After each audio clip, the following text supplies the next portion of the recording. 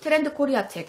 이 책 많이 아시죠? 몇 년째 되게 재미있게 보고 있어요. 그러니까 올해 트렌드가 거의 여기 들어있다고 생각하시면 되는데, 지난번에 제가 스타벅스의 그 종이빨대 필 환경에 대해서 이야기를 했었고, 오늘은 그 트렌드 코리아 2019에 있는 세포 마켓에 대해서 이야기를 좀 하고 싶거든요. 세포 마켓.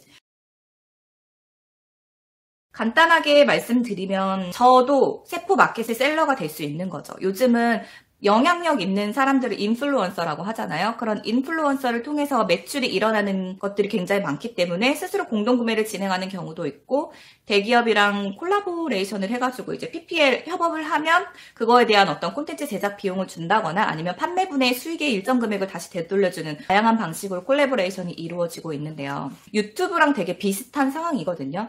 예전에는 TV를 우리가 봤을 때 TV 프로그램에서 보여지는 어떤 프로그램 혹은 어떤 연예인을 일방적으로 송출했을 때 우리가 그걸 보고 자란 세대잖아요. 그런데 지금의 세대는 그렇지 않다는 거죠. 내가 좋아하는 콘텐츠, 내가 좋아하는 크리에이터를 내가 선택해서 선택적으로 본다는 거죠. 연예인이 아니더라도 영향력이 굉장히 커지고 있다. 그래서 대부분 카카오 스토리나 뭐 인스타그램 통해서 물건 구매하시는 분들 진짜 많으시죠. 저도 제가 몇 년째 단골로 구매하고 있는 옷이 다 인스타그램이랑 카카오 스토리를 통해서 구매를 하고 있고, 아이 먹을 간식이라든지 이런 것도 다 인스타그램 보고 하거든요. 그러니까 어떠한 전문 기업의 셀러가 아니어도 내가 마음만 먹으면 충분히 그런 판매 활동을 할 수 있다는 게 바로 세포 마켓이에요. 그러니까 아주 큰 그런 마켓이 아니라 좀 작은 개념으로 조금 타겟팅이 세분화되어 있다고 생각하시면 되거든요.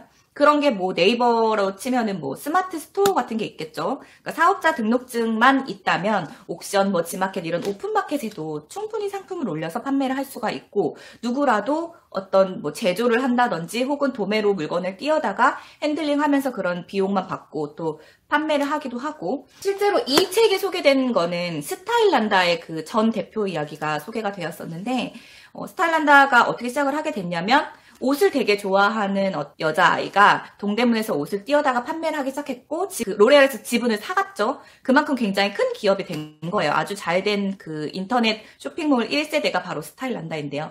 이런 것처럼 누구라도 마음을 먹으면 어떤 제품 혹은 서비스를 판매할 수 있는 그런 시장을 의미해요, 세포마켓은. 그게 요즘의 트렌드라는 거죠. 굉장히 활발하게 이루어지고 있어요.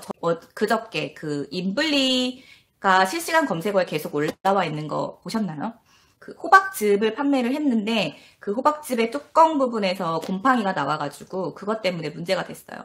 인블리도 역시 쇼핑몰의 CEO였고 그녀 자체만으로도 인스타그램 팔로워가 굉장히 많은 인플루언서예요. 어떻게 보면 저도 제가 블로그에 리뷰를 해서 그 리뷰를 보고 상품을 구매하는 사람들이 많기 때문에 저도 어떻게 보면 그런 영향력이 있는 인플루언서라고 생각이 되거든요. 그래서 조금 조심스러울 때가 있어요. 제가 진짜로 만족하는 제품에 대해서 정말 진정성 있게 쓰지만 막상 제품을 받아봤을 때 그렇게 좋지 않은 제품이 있거든요. 저는 기준이 있어요. 좋은 건 정말 좋게 쓰고 좋지 않은 거는 아쉬운 점이나 단점에 대한 언급을 꼭 해서 이 글을 보는 사람으로 하여금 시행착오를 겪지 않도록 하는 게 저는 인플루언서들의 약속이라고 생각을 하는데요. 근데 요즘 그런 세포 마켓, 인스타그램을 통해서 구매가 많아지면서 피해도 사실 만만치 않다고 해요. 왜냐하면 명확한 규정이 없는 거죠. 사실 쇼핑몰의 경우에는 그런 이용 약관이라는 게 있잖아요. 그런데 인스타그램 마켓 같은 경우에는 그런 약관이 좀 명확하지가 않아서 문제가 발생했을 때 그런 분쟁을 어떻게 해결해야 될지 그런 기준조차 좀 명확하지 않은 거예요. 최근에 그런 인스타그램 쇼핑으로 인한 피해가 굉장히 급증을 했고 공정위가 대책을 앞으로 마련하겠다 이렇게 이야기를 한 거예요. 왜냐하면 소셜미디어를 쇼핑하는 빈도는 늘어났는데 피해도 같이 늘어났는데 그거를 어디서 도대체 규제를 할 것인가, 그런 피해 사례를 어떻게 할 것인가에 대한 대책을 마련을 해야 되는 건 거죠.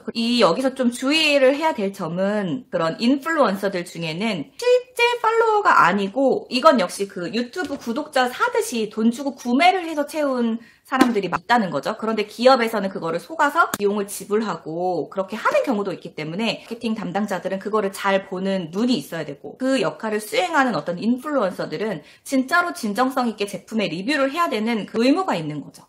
내가 이거를 무료로 받았다고 해서 이거 진짜 무조건 완전 좋아, 완전 좋아, 이거 진짜 좋아 이렇게 말해야 될 게 아니라 아쉬운 점이 있으면 분명히 언급을 하고 나만의 기준이 있어야 된다고 저는 생각을 해요. 이게 단순히 어떤 물건을 판매하거나 그런 것뿐만 아니라 우리가 유튜브를 통해서 제품 리뷰를 할 때도 마찬가지거든요. 창작 활동에 의해서 영향을 받으시는 분들이 분명히 있어요. 조심을 해야 되지 않을까 싶어서 뭐 대도서관님이라든지 큰 채널을 운영하는 그 크리에이터 분들 있잖아요. 메가급 크리에이터 분들은 구독자도 워낙 많고 그들을 추종하는 충성 고객이 많기 때문에 그들의 말 한마디가 굉장히 중요해요. 진짜 이 시장 하나의 시장을 죽이고 살리고를 할 수 있을 만큼 굉장히 큰 영향력을 가지고 있기 때문에 주의를 해야 될 필요가 있지 않겠나. 채널이 커지면 커질수록 우리가 그런 부분을 좀 조심해야 되지 않을까? 지금 소비자들의 패턴이 스마트폰이 발달하면서 개인적으로 인스타그램이나 뭐 카카오 스토리를 통해서 구매하는 분들이 많아지고 있고 그로 인한 피해가 계속 많아지고 있고 조금씩 규제를 하겠다고 했으니 금블리 같은 사태의 경우도 마찬가지예요. 그 사람을 좋아하는 사람이 믿고 구매를 했고 어쨌든 대응이 잘 못됐기 때문에 굉장히 큰 채널인데 지금 문을 닫았다고 했거든요.